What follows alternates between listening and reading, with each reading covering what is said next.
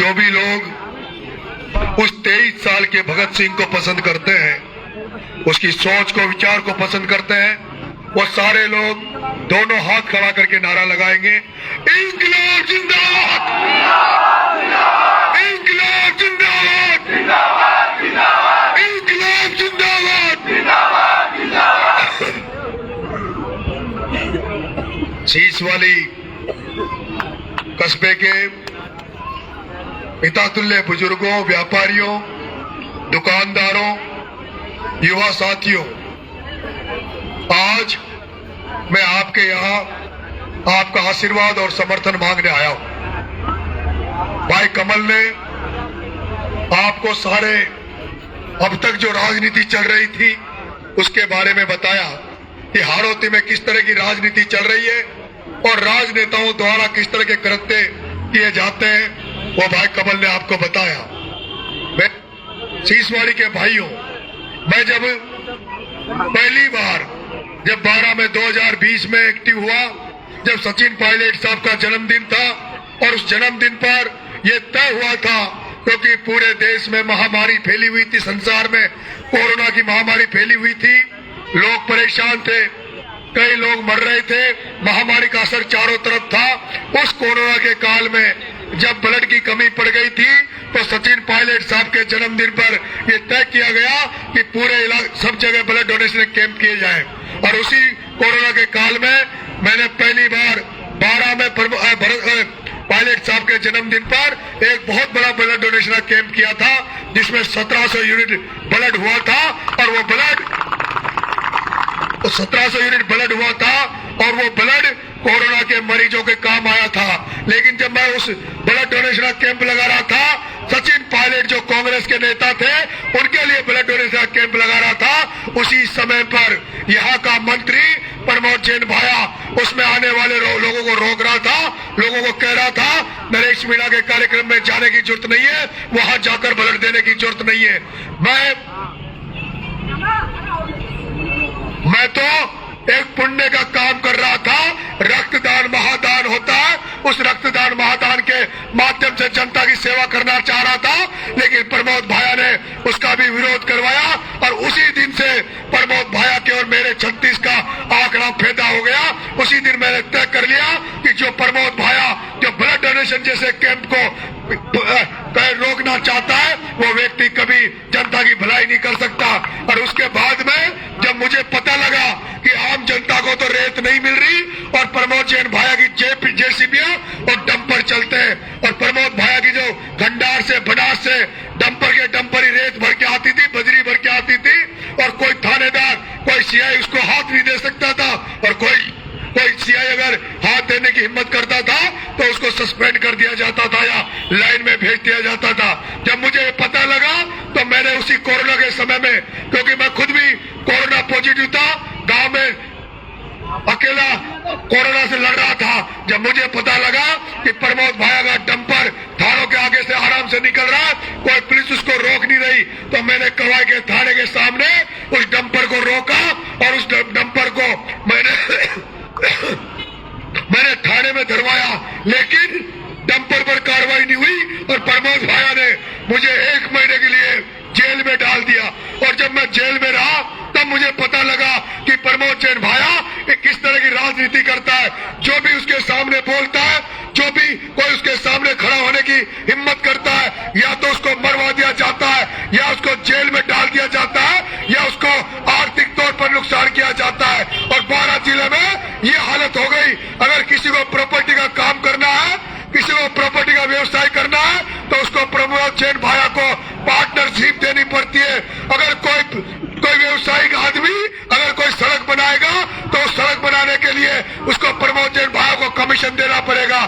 प्रमोद जैन भाया तो अत्याचार कर ही रहा था, पैसा कमाने की राजनीति कर ही रहा था, लेकिन मैं अब जब गांव में घूम रहा हूं, इलाकों में घूम रहा हूं, तब मुझे पता लग रहा है प्रत्येक गांव में, हर गांव में प्रमोद भाया के दलाल बैठे, एजेंट बैठे, वो दलाल, वो एजेंट,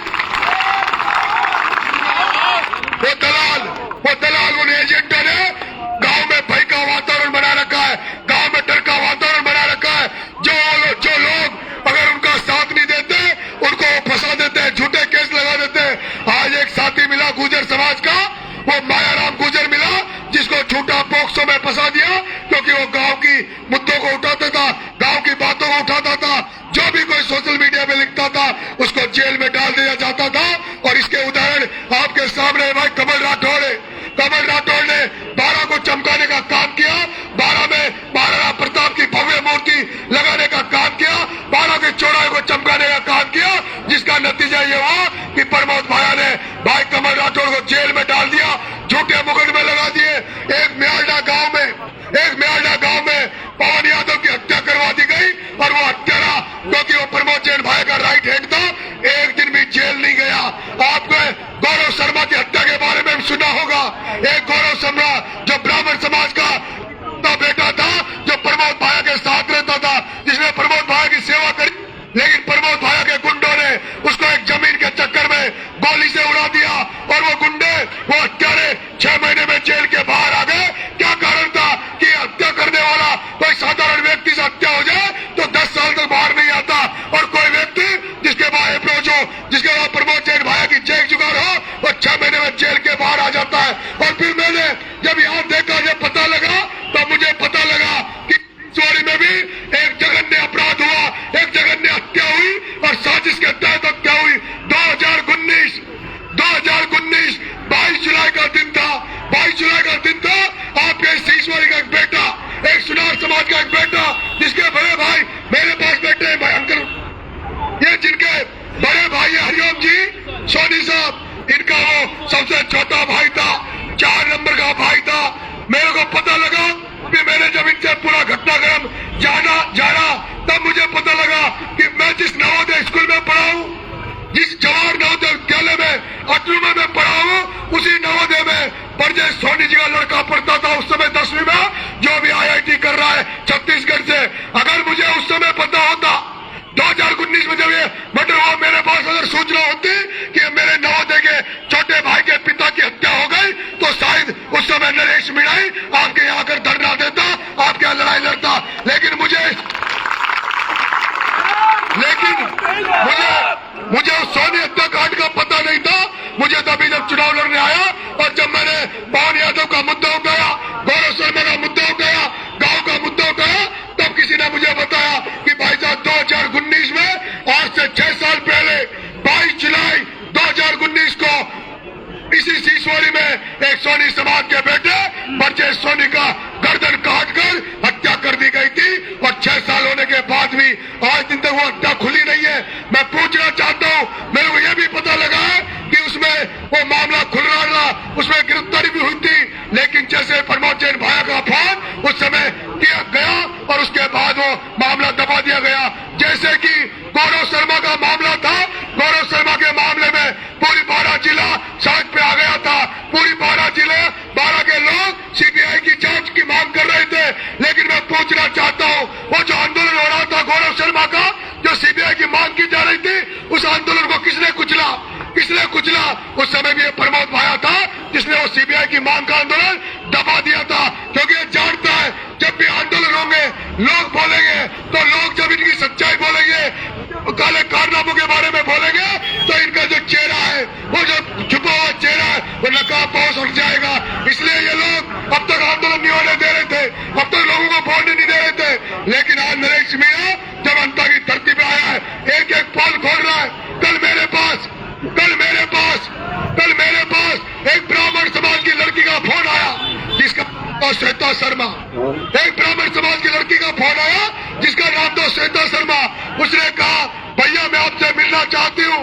मैंने कहा, बहन बता क्या काम है? कि भैया मेरे साथ प्रमोद भाई ने बहुत गलत किया है, मुझे बहुत दिनों से ब्लैकमेल किया है, और मुझे उम्मीद है आप मेरी रक्षा करोगे, आप मुझे न्याय दिलाओगे। मुझे उम्मीद हो गई, अंता की जनता को उम्मीद हो गई कि इस मीणा है जो इस रावण रूपी भाया का अंत कर सकता है, इसलिए हमें आप पर विश्वास हो रहा है। इसलिए मैं आपके साथ आकर पूरी घटना बताऊंगी। उस समय तो अभी आने वाली 1-2 दिन में उसको भी मैं आपको सामने सोशल मीडिया के माध्यम से इस प्रमोद जैन भाया के काले कारनामों को आपसे बताऊंगा। कितनी बहन बेटियों की इज्जत लूटी गई, कितने गुंडों ने गांव में लोगों को बर्बाद किया गया। अरे गांव में जाता हूँ, किसी ने शमशान, इसके दलालों ने किसी ने शमशान घाट के रास्ते में अतिक्रमण कर रखा है, किसी ने जगह जमीन पर अतिक्रमण कर रखा है। हर गांव में दल्ले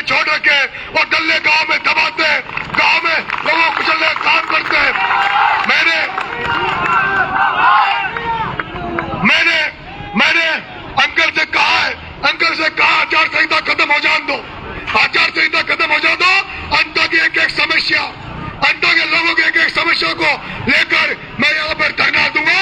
और किसानों को फसल बीमा का पैसा हो, चाहे खाद का मामला हो, अंता की जितनी भी समस्या है इनका धरना देकर उन सबको सही करने का काम करूंगा। मैं आपको भरोसा दे रहा हूं, मैं आपको भरोसा दे रहा हूं। मैं सीसवाड़ी वालों, अगर तुम लोग नरेश मीणा को विधायक बनाते हो तो परचेज सोनी का केस नरेश मीणा सड़कों पे भी लड़ेगा और विधानसभा में भी नरेश मीणा परचेज सोनी के लिए लड़ाई लड़ेगा।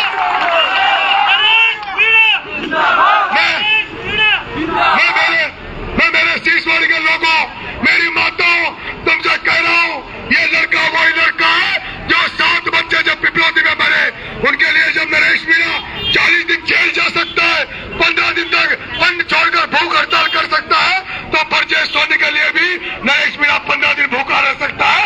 नरेश मीणा परचेज सोनी के लिए न्याय दिलाने के लिए भी लड़ सकता है। क्या मांगरोड की जनता, क्या मांगरोड की जनता, क्या इस सीसवाड़ी की जनता, क्या परचेज सोनी को न्याय दिलाना चाहती है? हाथ खड़े करो। परचेज सोनी को न्याय दिलाने वाले हाथ खड़े करो, जो परचेज सोनी को न्याय दिलाना चाहते हैं। क्या आप लोग हमारे साथ आंदोलन करोगे? क्या हमारे साथ सड़कों पर उतरोगे? क्या अंकल को आश्वस्त करोगे?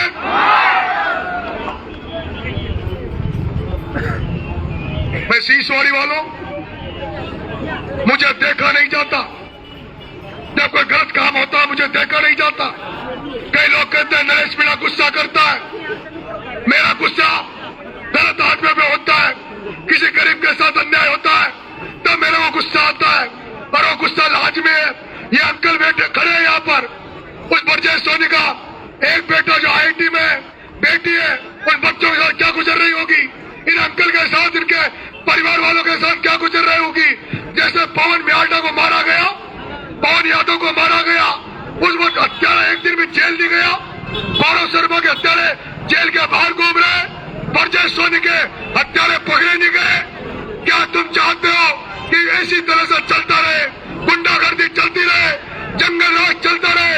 अरे एक जमाना था जब रणवीर सिंह कौशल, शिवनाथ जी नागर, ये लोग राजनीति में हुआ करते थे, भरत सिंह जी कुंदरपुर। मैं आपको वादा करता हूँ, मैं सीसवाड़ी वालों आपको वादा करता हूँ, कई लोगों को ये डर है कि नरेश मीणा MLA बन जाएगा तो मीणा समाज कुछ गलत करेगा। मैं आपको आश्वस्त कर देना चाहता हूँ, और मीणा समाज को भी कह रहा हूँ, मीणा समाज को भी मैं कह रहा हूँ कि जैसे सर्व समाज नरेश मीणा को आशीर्वाद दे रहा है, वो सर्व समाज नरेश को आशीर्वाद नहीं दे रहा, वो पूरे मीणा समाज को आशीर्वाद दे रहा है। और मीणा समाज सर्व समाज का एहसान मानेगा, सर्व समाज को सिर माथे में रखेगा, किसी के साथ गलत नहीं होगा। और मैं वादा कर रहा हूँ, आप देख लो मीणा में जो गलत सोच के लोग हैं, जो गलत सोच के लोग हैं, वो एक भी आदमी मेरे मंच में नहीं है, एक भी आदमी मेरे साथ नहीं है। वो सारे के सारे जो मीणा समाज में गलत आदमी है, वो सारे के सारे जो गुंडा बदमाश है, वो भाया के साथ है। नरेश के साथ तो कमल राठौर है,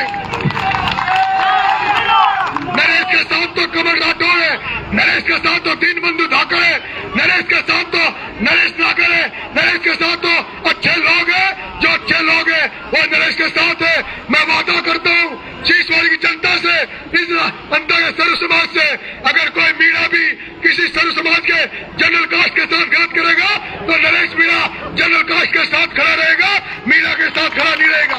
ये मैं वादा कर रहा हूँ, भरोसा दे रहा हूँ, क्योंकि मुझे बहुत ही विश्वास के साथ, मुझे उम्मीद के साथ कि जनता आशीर्वाद दे रही है। और मैं मीणा समाज के गांव में जा रहा हूँ, मीणा समाज से भी कह रहा हूँ कि आप अपना रवैया बदल लो, आपको बदलना पड़ेगा, सर्व समाज को गले लगाना पड़ेगा, सर्व समाज की इज्जत आपको करनी पड़ेगी। और मैं आपसे कह रहा हूँ, आपने भी नोटिस किया होगा, मेरे चुनाव लड़ने के बाद मीणा समाज सबके ढोक दे के वोट मांग रहा है, सबसे समर्थन मांग रहा है, बिल्कुल न्यूट्रल हो गया है। और ये मान लो जो हमारा साथ दे रहे वो मेरा नहीं, समाज का साथ।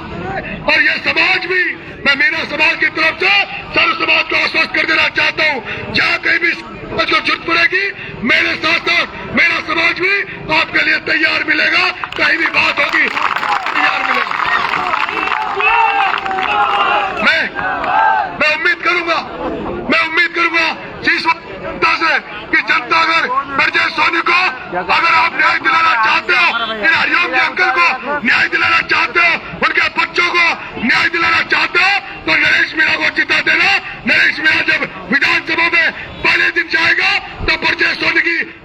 जांच की मांग करेगा, ये मैं आपसे कह रहा हूं। और मेरे भाइयों, कल मेरी मांगरोल में आम सभा है, उसमें हनुमान जी बेनीवाल, आम आदमी पार्टी के राष्ट्रीय प्रवक्ता, वो बहुत ही अच्छे वक्ता संजय सिंह जी, गुड्डा साहब, अतुल जी प्रधान साहब और बहुत सारे नेता आ रहे हैं। मेरे मंच पे वो नेता आ रहे हैं जो जनता के लिए लड़ते हैं, जनता के लिए संघर्ष करते हैं। मेरे मंच पर वो बीजेपी कांग्रेस की तरह नहीं है। मेरे मंच पर अरे वो मुझसे पूछो, वसुंधरा जी आपके यहाँ रोड शो कर रही है, कांग्रेस के नेता रोड शो कर रहे हैं। मैं पूछना चाहता हूँ, तुम्हारी बीजेपी की सरकार है, 2 साल से भजनलाल की सरकार है। मैं पूछना चाहता हूँ, जब तुम वोट मांगने आए हो तो उसके पहले तुम किसानों को खाद की व्यवस्था करते, किसानों को यहाँ खाद अटैचमेंट के साथ मिल रहा है और तुम वोट मांगने आ गए। मैं पूछना चाहता हूँ, पूरी फसल चौपट हो गई, पूरी सोयाबीन खत्म हो गई, दाल हो गई, उड़द खत्म हो गया।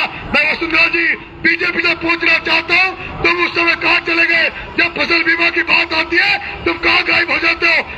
सब जगह फसल बीमा मिलता है, मध्य प्रदेश में फसल बीमा मिलता है, सब जगह फसल बीमा मिलता है।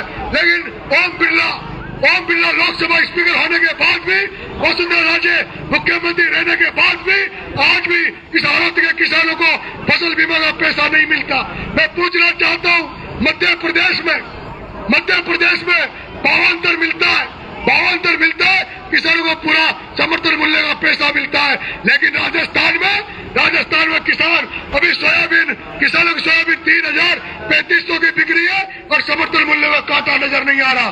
इस किसान के बेटे को इस साधारण परिवार में पैदा हुआ, जब 20 महीना 30 चुनाव लड़ रहा, इसको आशीर्वाद देकर इसको विधानसभा में भेजना, आपका बेटा बनकर जैसे सरवर कुमार ने अपने माँ बाप की सेवा करी थी, नरेश मीणा भी यहाँ पर सरवर कुमार बनकर और सर्व समाज की सेवा करने का काम करेंगे।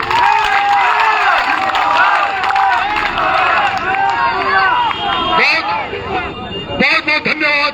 कल सब लोग ज्यादा से ज्यादा संख्या में मांगरोल पधारना मैं निमंत्रण दे रहा हूँ। बहुत धन्यवाद।